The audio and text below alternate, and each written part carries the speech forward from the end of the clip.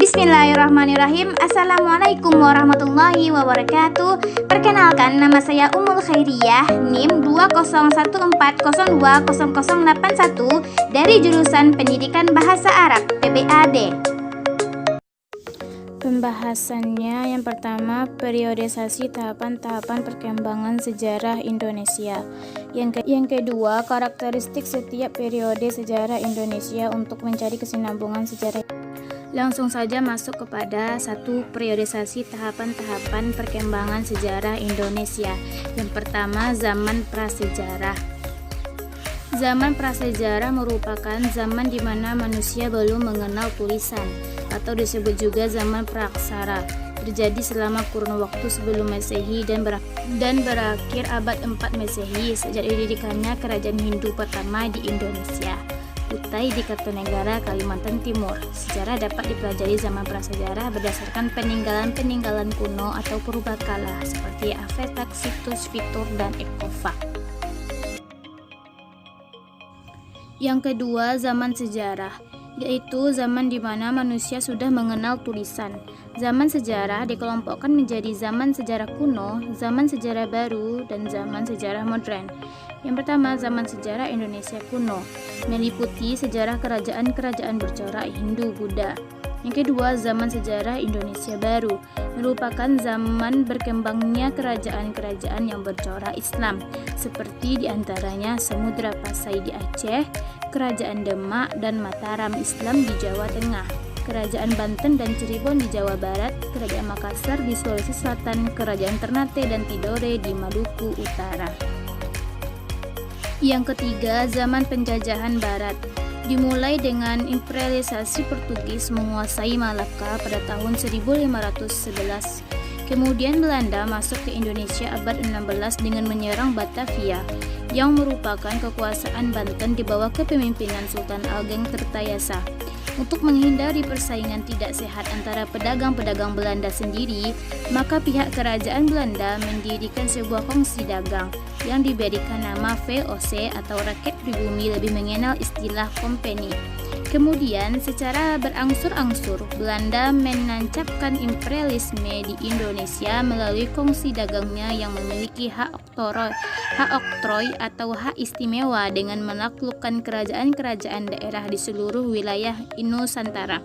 Banyak perlawanan rakyat yang terjadi untuk melawan penjajahan Belanda di Indonesia, di antaranya Pangeran Patimura pada tahun 1817 Masehi, Tuanku Iman Bonjol, Pangeran Diponegoro.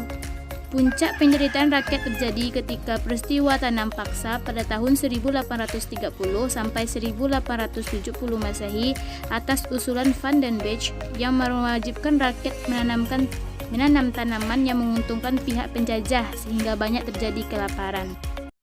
Yang keempat, zaman kebangkitan nasional, terjadi pada awal abad ke-20. Pelopor gerakan kebangkitan nasional pertama adalah Budi Utomo pada tanggal 20 Mei 1908.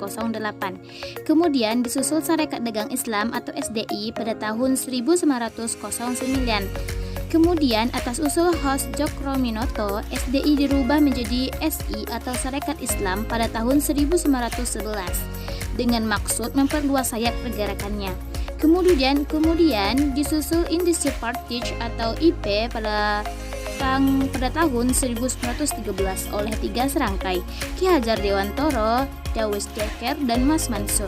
Kemudian muncul Partai Nasional Indonesia atau PNI pada tahun 1927 oleh Insinyur Soekarno, Cipto Mangunkusumo, dan Mr. Sartono. Sumpah Pemuda pada tanggal 28 Oktober 1928 merupakan tonggak sejarah persatuan tanah air bangsa dan bahasa Indonesia. Yang kelima, zaman penjajahan Jepang.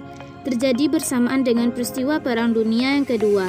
Untuk menarik simpati rakyat Indonesia agar mau membantu Jepang menghadapi sekutu dalam Perang Asia Timur Raya, maka pemerintah menjanjikan kemerdekaan kepada Indonesia di kemudian hari.